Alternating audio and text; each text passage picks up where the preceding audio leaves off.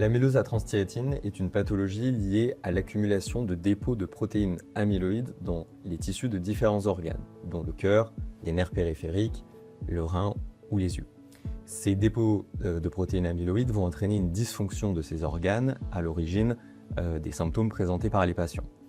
Pour ce qui est de l'amylose à transthyrétine, on distingue deux types, une forme mutée liée à une anomalie génétique sur le gène de la TTR, dans environ 10% des cas, et une forme dite sauvage, plutôt liée au vieillissement, qui correspond à plus de 90% des patients. L'amylose à transthyrétine est donc une pathologie systémique. Je pense que c'est le point qui est important aujourd'hui. Et donc, elle nécessite une collaboration pluridisciplinaire entre plusieurs spécialités, et notamment les cardiologues et les neurologues.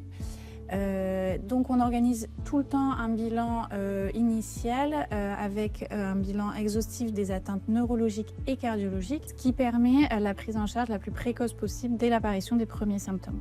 Dans la TTR héréditaire, l'atteinte est le plus souvent mixte, neurologique et cardiologique, typiquement une polyneuropathie axonale longueur dépendante associée à une dysautonomie dans un contexte d'altération de l'état général et une cardiopathie.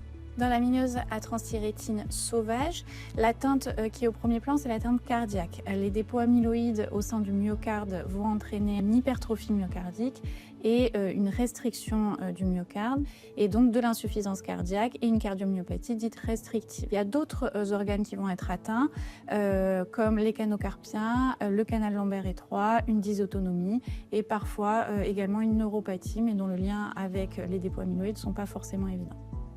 Et donc en fonction de son atteinte initiale, le patient ATTR va être adressé soit chez un neurologue, soit chez un cardiologue. Et donc il est important de connaître les symptômes des deux spécialités pour détecter les premiers symptômes le plus vite possible et orienter au mieux la prise en charge.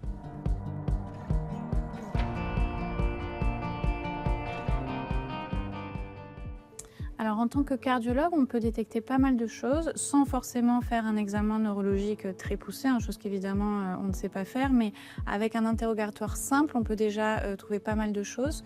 Donc on peut trouver des troubles sensitifs essentiellement, souvent au premier plan, à type de perte de sensibilité, de picotement, fourmillement, beaucoup dans les membres inférieurs, parfois dans les membres supérieurs également, des troubles de l'équilibre, des troubles de la marche.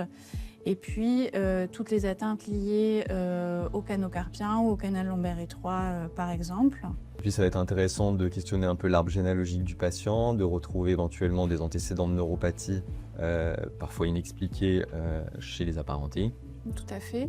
Et puis, une des atteintes qu'on oublie assez souvent, c'est tout le spectre de la dysautonomie, alors que c'est assez pathognomonique de l'amylose.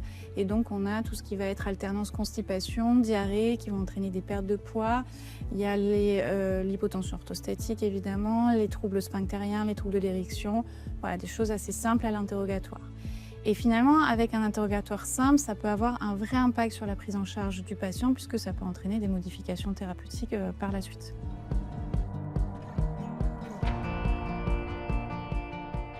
De la même façon, le neurologue peut identifier à l'interrogatoire des signes d'atteinte cardiologique, généralement un essoufflement, une dyspnée au premier plan, éventuellement des palpitations. Lors de l'examen clinique, des œdèmes au niveau des membres inférieurs. Et là aussi, au niveau de l'arbre généalogique, on peut avoir des informations intéressantes avec des antécédents de cardiopathie qui vont orienter vers des formes familiales. Alors malheureusement, tous ces signes, ce sont des signes un petit peu tardifs d'atteinte cardiaque, et on aimerait bien anticiper un petit peu et arriver avant l'apparition de ces signes et ces symptômes. Et donc on peut s'aider aussi des marqueurs biologiques comme les NT-proBNP ou la troponine qui peuvent être un petit peu plus précoces. Tout patient avec une amylose ATTR doit bénéficier d'un bilan cardiaque initial et d'un suivi rapproché au moindre doute, orienté vers un cardiologue spécialisé dans cette pathologie. Et donc avec ces éléments, on voit l'importance de la collaboration entre neurologues et cardiologues.